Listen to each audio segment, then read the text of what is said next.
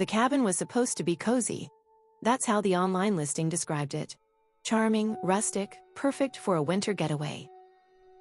But as Emily stood in the doorway, snow clinging to her coat and boots, she decided the word isolated would have been more honest. The living room stretched wide but uneven, with beams sagging slightly overhead, and wallpaper faded to a yellowed gray. The fireplace spat sparks too high when they first lit it, and the windows rattled in their frames every time the wind picked up. It smelled faintly of pine and dust, as if no one had stayed here for years. Still, it was theirs for the weekend. Jess stomped past her, dropping her bag with a grunt. God, it's freezing. Who thought February in the mountains was a good idea? She crouched by the fire, holding her hands so close, Emily worried her gloves might melt. Morgan appeared from the kitchen doorway, already rummaging through their grocery bags. Better than campus. No drunk idiots setting off fire alarms at 3 a.m. Jess smirked without looking away from the flames. Yeah, we'll see. Depends how drunk we get. Emily shut the door firmly, bracing it against the wind, and set her own bag at the foot of the stairs. Her eyes drifted to the windows. The snow outside was already coming down hard, fat flakes drifting sideways under the gale. It made the forest blur into white and gray, a world dissolving into storm. Tori dropped onto the couch with theatrical exhaustion, hugging a pillow to her chest. Honestly, I love it. Cozy fire, snow outside, all of us stuck here together. It's like cliché in the best way. Cliché in the horror movie way? Jess muttered. Tori grinned, tucking her chin against the pillow. Exactly. Cabin in the woods, storm rolling in. Classic setup. But relax, Em. Nothing scary ever happens in real life. Emily forced a smile. By late afternoon, the storm had swallowed the world outside. Snow rose against the porch steps, creeping steadily upward. The wind howled through the trees, bending their branches like brittle arms. Every so often, a loud crack echoed through the forest, a limb giving way under the weight of ice. Inside, they tried to ignore it. Morgan banged pots around the kitchen, insisting she could throw something together with pasta and canned sauce. Jess played DJ with her phone, tinny music echoing from the little Bluetooth speaker.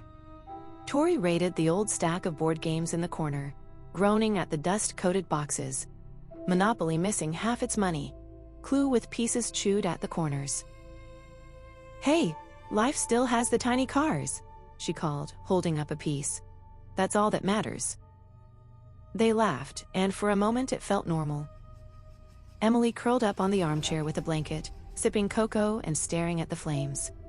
She told herself she'd come to relax, to stop worrying about finals, her internship, the weight of everything waiting back at campus. But she couldn't shake the feeling that the storm pressed too close, that the walls weren't thick enough to keep it out. Dinner was simple but warm. They ate by the fire, plates balanced on their laps. Jess complained about the cold again. Morgan teased her. Tori tried to tell a ghost story and got halfway before forgetting half the details. Emily laughed along, but her eyes kept drifting to the windows. The glass was fogged, frost tracing the edges in thin white veins. Beyond, only white, the forest erased by snow. It was beautiful in a way, endless and blinding. But it also meant no one was coming if something went wrong. Jess noticed her staring. You okay, Em? Emily blinked. Yeah, just, storm's worse than I thought. Morgan waved her off. We're fine, cabin's solid. Besides, we brought enough snacks to last a week. Worst case, we play Monopoly until someone murders someone else. Not funny, Jess muttered. By the time they finished eating, the snow was knee-deep on the porch. Jess lit more candles just in case, muttering about the power lines. Tori wandered upstairs and came back down with a stack of mismatched blankets. Seriously, what is this place? She said, wrapping herself in a faded quilt. It's like a grandma's attic exploded in here. Emily smiled faintly. Maybe that's the charm. Jess shot her a look. Charm is a working thermostat. And then the lights flickered. Only for a second. just long enough for the firelight to swallow the room, shadows dancing across the walls. When the lamps blinked back on, they were all silent. "Old wiring," Morgan said quickly. Too quickly. "Cabin's ancient, totally normal." Jess muttered, "Totally not comforting." Later, with the fire crackling and mugs in hand, they settled into something close to calm. Tori dealt cards for a game none of them quite remembered the rules to. Jess fiddled with the Bluetooth speaker, trying to get a signal strong enough to play something other than static. That's when Emily noticed it. Through the fogged glass of the front window, faint in the snowdrift just beyond the porch, a line of footprints. Narrow, deep, fresh. She set her mug down carefully. Her heart thumped against her ribs. "Did one of you go outside just now?" The others looked up. "What?" Morgan asked. Emily pointed. "There, the porch." They crowded close, breath fogging the glass. The prints led from the tree line straight to the steps. And stopped. No one had walked away. No one had turned back, just vanished at the door. "Maybe they're ours from earlier," Morgan said. Her voice was too thin. Jess shook her head. "We came in on the other side, remember?" No one answered. The wind rattled the window, pressing flakes against the glass. Then, from above, a noise. Slow, heavy, deliberate. Creaking across the roof. They froze, listening. The storm howled louder, swallowing the sound. Emily whispered, "We should check the locks." Jess was the first to move. She grabbed her coat from the hook by the door and jammed her arms through it, muttering, "Screw this, I'm checking." "Wait," Emily hissed, but Jess already had the deadbolt in her hand. Morgan darted forward, catching her wrist before she could unlock it. "Are you out of your mind? If somebody's out there—" Jess yanked free, glaring. "Then I want to know, sitting here whispering isn't gonna help." The fire popped behind them, the only other sound in the room. For a moment, all four of them stood frozen by the door, breath fogging in the draft that slipped through the cracks. Emily swallowed hard. "Okay, fine, but no one opens anything. We just check." They moved together, shoulder to shoulder, peering through the side window at the porch. The prints were still there, a neat line of them, pressed deep in the snow. And now there were more. Another trail, parallel to the first, leading from the trees to the steps. Emily's skin prickled. Her hand tightened on the window frame until her knuckles ached.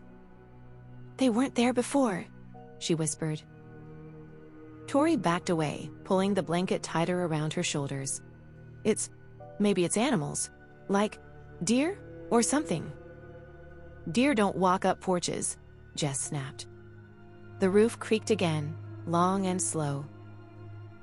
They all looked up at once. The next hour dragged. They checked every lock, front door, back door, windows upstairs and down. Morgan insisted on it, rattling the latches twice over until she was sure. Jess wanted to light every candle they had in case the power went out, while Tori argued they'd just make themselves easier to see.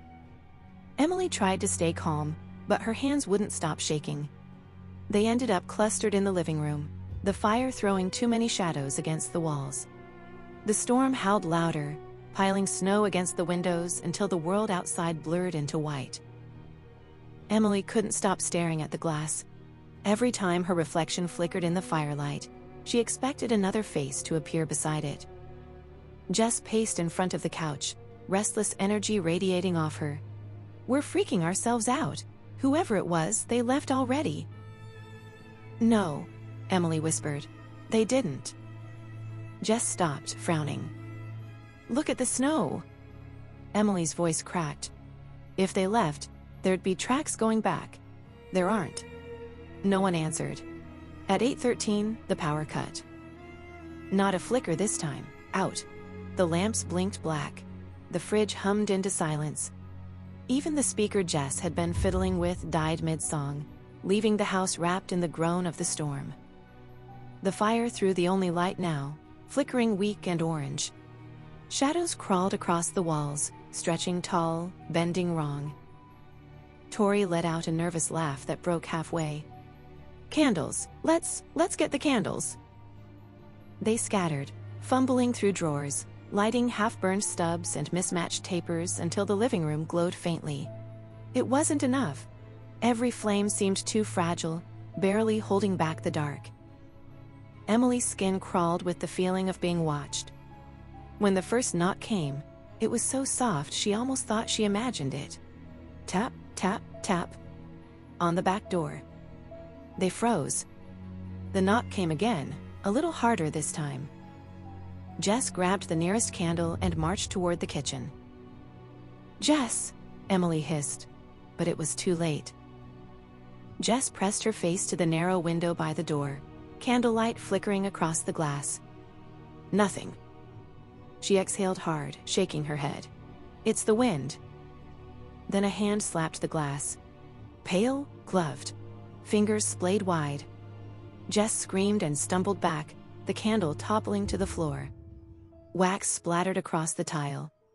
Emily grabbed her arm, dragging her away as the others rushed in. The hand stayed there, pressed flat, unmoving. Then it slid slowly down the glass, leaving a streak. And vanished. No one spoke for a long time. Finally, Morgan whispered, "We're calling the cops." "There's no signal," Tori reminded her, clutching the blanket so tight her knuckles whitened. "Then we drive," Morgan snapped. She was already shoving her arms through her coat. "Snowstorm or not, I'm not staying here." She froze at the window. The cars were gone. Not buried, not covered, gone. The driveway was an unbroken sheet of white, snow smoothing over everything. No tire tracks, no metal glint. As if they'd never been parked there at all. Tori whimpered. Jess swore. Emily's knees nearly buckled. The fire popped again, louder this time, and the wind rattled the roof. Above them, something heavy scraped across the shingles. Slow, deliberate, pacing. They backed into the living room together, huddling near the fire like children. Every creak of the wood, every groan of the storm sounded amplified. Jess whispered, "What do they want?" No one answered. Emily stared at the window, at the frost crawling across the glass. Her reflection wavered faintly. For a heartbeat, she thought she saw another face behind hers, masked, watching. She blinked, and it was gone.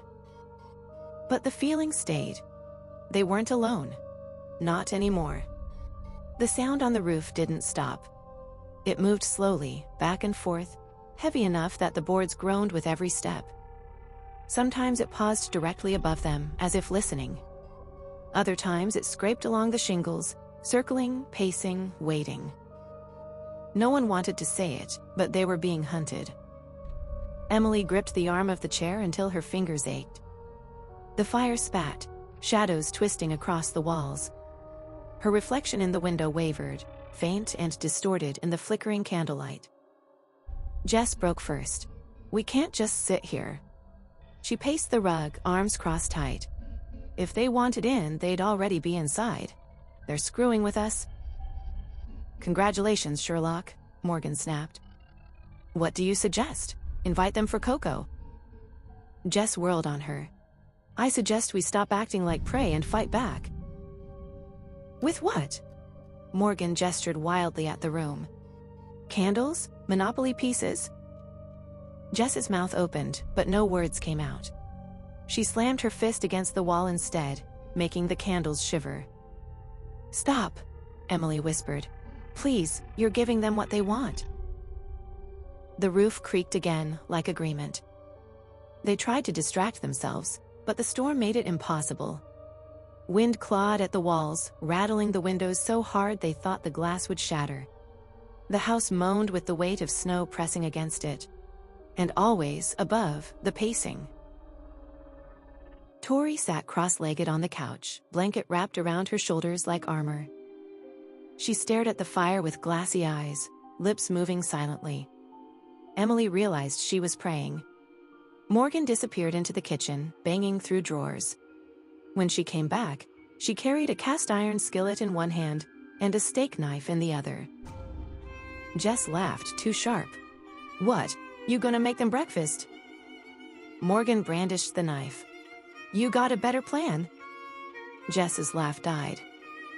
She picked up the fireplace poker, tested its weight, and held it like a spear. Emily forced herself to breathe steady. If they turned on each other, they'd be done before the intruders even lifted a finger. At 10:02, the first window shattered. It came from the dining room, a sharp crash that made them all flinch. Candles toppled, glass scattered across the floor. They rushed in together, Jess leading with the poker raised high. The window gaped open, shards glittering on the sill. Snow poured in, riding the wind. But no one climbed through. Instead, a small object lay on the floor among the glass. A rock, wrapped in paper. Emily's hands shook as she bent and picked it up. The paper crinkled under her fingers, wet with melted snow. She unfolded it slowly, candlelight flickering across the smeared writing. "Let us in." Tori sobbed and clutched the blanket tighter. Jess cursed, lifting the poker higher. "Bastards think this is funny." Emily dropped the note like it burned. From outside came the crunch of boots in the snow circling the house. They tried the back door next. It rattled on its hinges, the knob twisting back and forth. Slow at first, then violent. Something slammed against the wood, again and again, each blow rattling through the kitchen floor. Morgan stood frozen, skillet trembling in her grip. "It won't hold," she whispered. Emily grabbed her arm. "Don't say that." "It won't hold," Morgan shrieked, voice breaking. Jess screamed back. "Then we make them pay when it breaks." The banging stopped suddenly, leaving only the howl of the storm. Then came the sound of metal dragging across the porch. Slow, scraping nails on chalkboard. Back and forth. Back and forth. Tori clamped her hands over her ears and sobbed. Emily wanted to do the same. Minutes blurred into hours. The intruders tested every corner of the house. Knocks on the upstairs windows. Shuffling in the attic crawl space. Shadows moving past the curtains, pausing just long enough to be seen. Sometimes they glimpsed masks. Not clear, not close. Just shapes at the tree line, pale and still against the storm. Watching, waiting. Each time Emily blinked, she swore they were closer. Jess cursed them from the window, shouting threats she couldn't back up. Morgan whispered frantic plans about rushing the back door together, breaking free. Tori begged them not to leave the living room. Emily said nothing. She just counted heartbeats, one after another, praying each would not be the last. At 1:17, they tried the car. The idea had been Morgan's. Maybe they'd just buried them under snow. We dig, we drive, done. It was insane, but staying felt worse. Jess volunteered first. She pulled on her boots and coat, fireplace poker in hand, face set with grim determination. Morgan followed with the skillet, muttering under her breath. Emily and Tori stayed by the door, holding candles. Jess wrenched the door open. Snow whipped in immediately, stinging her face. She plunged into the white with Morgan close behind, vanishing almost instantly in the storm. Emily's heart slammed against her ribs. She clutched Tori's arm, knuckles bone white. Then came the scream. High, sharp, cut off too fast. Emily lurched forward, but Tori held her back, shrieking. The storm swallowed everything. No shapes. No figures, no friends. Only silence. Then, a thud against the door. Emily froze, hand on the knob. Another thud. And a muffled voice. Jess, let me in. Relief washed over her. She lunged forward. But Tori screamed, no! Emily stopped, breath caught in her throat. The voice came again, softer this time. Almost a whisper. Let me in, Emily. It didn't sound like Jess anymore. Emily stepped back, shaking her head. The door rattled once, twice, then silence. She never saw Jess or Morgan again. By 2 a.m., only Emily and Tori remained. The fire burned low, candles sputtered to stubs. The storm still raged, but it was no longer the loudest sound. The loudest sound was the house itself. Every wall groaned. Every board creaked. Footsteps circled above, below, around. Sometimes slow, sometimes running. Sometimes right behind the thin plaster of the wall. Tori curled against Emily's side, trembling under her blanket. "They're never leaving," she whispered. Emily stroked her hair, though her own hands shook. "They'll get bored." But she didn't believe it. The house was no longer theirs. It never had been. They were the guests. And their hosts were patient. It started with the front window. The glass didn't crack, didn't splinter. It exploded. A brick hurled through it, spraying shards across the living room. Candles toppled, the fire guttered with the blast of icy air. Tori screamed. Emily dragged her back toward the stairs, but footsteps pounded across the porch. Heavy, fast, no longer taunting. The door shuddered under the first kick. Hinges groaned, frame splintering. Another kick. Another. The lock gave way with a sound like bone snapping. They were inside. Figures poured through the doorway, silhouettes against the snow. Masks gleaming pale in the candlelight, bodies heavy with winter coats. Silent, deliberate. Emily shoved Tori up the stairs. "Go!" Tori stumbled, blanket dragging, feet slipping on the wood. Emily grabbed the fireplace poker, heart hammering so loud it drowned everything else. The first intruder lunged. Emily swung. Metal cracked against the mask with a sickening thud. The figure reeled but didn't fall. Another rushed in behind. Emily swung again, screaming, until hands grabbed the poker and wrenched it away. She kicked free and bolted after Tori. Upstairs, they slammed the bedroom door shut and shoved the dresser against it. The wood rattled instantly, fists pounding, hinges straining. Tori sobbed, crouched in the corner, rocking under her blanket. Emily scanned the room. One window, frost crusted thick across it. Second story, a fall into snow, maybe survivable. Better than waiting. She yanked it open. Freezing wind clawed her face. "Tori, come on!" But Tori didn't move. Her wide eyes locked on the door as the wood splintered, cracks racing down the frame. Emily screamed her name, but the door gave way first. Masks surged through. Tori shrieked, high and raw, as hands dragged her up, blanket tearing from her grip. She kicked, clawed, begged, but they lifted her effortlessly, carrying her toward the hall. "Emily!" she screamed. Emily froze. Her body wanted to run, to fight, to throw herself into them. But her legs refused. She backed against the window instead, tears stinging, heartbreaking, as Tori's voice tore down the hall and vanished. The masks turned toward her. Emily didn't think. She hurled herself backward. The glass shattered around her as she plunged into the snow below. Cold swallowed her whole. The snow caught her fall, but not enough. Pain ripped through Emily's ribs as she hit, her breath leaving in a strangled gasp. For a moment, she couldn't move, just lay there staring up at the broken window above. Pale shapes leaned out, heads cocked, masks gleaming faint in the firelight. They didn't chase. They didn't have to. Emily forced herself up, teeth gritted against the pain, and stumbled into the storm. The wind tore at her coat, snow swallowed her boots, every step sinking thigh deep. She didn't look back. The forest blurred into a maze of black trunks and white haze. Her lungs burned, her breath fogging into clouds that instantly froze against her cheeks. Behind her, faint but steady, came the crunch of footsteps. Slow, measured, always the same distance away.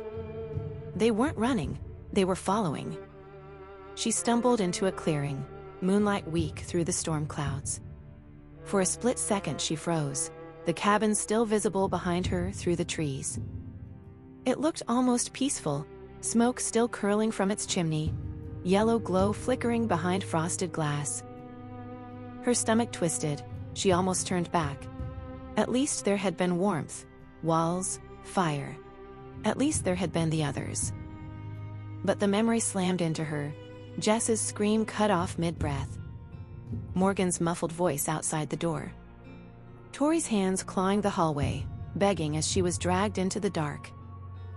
Emily clamped her fist against her mouth to stifle a sob and kept running. Branches clawed her face as she plunged deeper into the trees. The storm swallowed everything: the sky, the horizon, the sound of her own heartbeat. Every so often, she glimpsed something pale at the corner of her vision, a mask at the edge of the tree line, a shadow slipping between trunks. She told herself it was her imagination, until one of them moved. She stopped dead, chest heaving, back pressed to a tree. The world held its breath. Snow hissed as it fell, muffling everything. Then came the sound of breathing. Not hers. She spun, lamp beam flicking. A mask stared back, 10 feet away. White and blank, eye holes swallowing the light. Emily screamed and bolted, snow exploding around her boots. The mask didn't follow, but the crunch of footsteps multiplied. To her left, to her right, behind, always behind. The storm had passed. Moonlight spilled weakly through the shattered windows, silvering the snow. She staggered to her feet, every muscle screaming. Her body ached, ribs bruised, face raw. But she was alive. She stumbled outside. The world stretched white and endless. No footprints, no masks, nothing. Had she dreamed it? She turned, heart pounding. The masks were gone. But the cabin door was closed. From the inside. Her body betrayed her before her will did. Her legs buckled, pitching her into the snow. She clawed forward on hands and knees, sobbing, until her fingers struck wood. Another cabin, smaller, crooked, half buried under the drifts. She threw herself at the door, shoulder slamming against rotten wood. It gave way with a groan, spilling her inside. She kicked it shut and collapsed against it, chest heaving. The air inside was worse than the storm, still and bitter, heavy with mildew and rot. Cobwebs stretched across the ceiling beams. Broken furniture slumped in the corners. Emily fumbled in her pocket, struck a match, and lit her last candle. Its tiny flame shivered, painting the room with trembling gold. For the first time since she'd jumped from the window, silence. She almost believed she was safe. Until the footsteps came again. They circled the cabin. Slow, crunching in the snow. One set, then two, then more. Emily's breath hitched. She backed into the far corner, clutching the candle like it could ward them off. Through a crack in the warped boards, she saw them gather. 3 figures, masks pale against the storm. Standing still, watching. The candle flickered. The first figure tilted its head, just slightly. The gesture was inhuman, like a bird sizing prey. Emily clamped her hand over her mouth to keep from sobbing. Her heart pounded so hard she thought it would shake the candle out. The masks didn't move. Not for minutes, not for hours. Just stood there. Waiting. The candle guttered, then died. Darkness swallowed everything. When Emily woke, the storm had passed. Moonlight bled faintly through the shattered window, silvering the drifts outside. Her body ached, her throat raw, ribs screaming every time she breathed. But she was alive. She dragged herself to her feet and stumbled outside. The world stretched quiet and endless. Snow unbroken, trees still, no masks, no footprints, as if nothing had ever been there. Emily sagged against the doorway, half in tears, half in relief. Her eyes blurred. She turned back toward the cabin, candle stub still clutched in her fist. The door was closed. From the inside. The storm had passed. Moonlight spilled weakly through the shattered windows, silvering the snow. She staggered to her feet, every muscle screaming. Her body ached, ribs bruised, face raw. But she was alive. She stumbled outside. The world stretched white and endless. No footprints, no masks, nothing. Had she dreamed it? She turned, heart pounding. The masks were gone. But the cabin door was closed. From the inside. Emily made it back to the road by dawn. She didn't remember how. The snow was waist deep, her legs numb, her body running on something beyond exhaustion. One moment she was stumbling through the trees. The next she was staring at the gray strip of asphalt cutting across the white. A plow came an hour later. The driver found her half buried in a drift, lips blue, fingers bloodied from clawing through the snow. He wrapped her in a blanket, muttering something about how lucky she was. Emily didn't answer. She couldn't. The police searched the cabin. They found the broken windows, the splintered door, the snowdrifts piled high inside. But no masks, no footprints, no trace of anyone else. The official report blamed the storm, panic, exhaustion. Her friends lost in the blizzard. Emily let them believe it. But at night, when the world was quiet and her apartment heater rattled like an old lung, she heard it. Footsteps. Pacing. Above her ceiling. Slow. Measured. Waiting.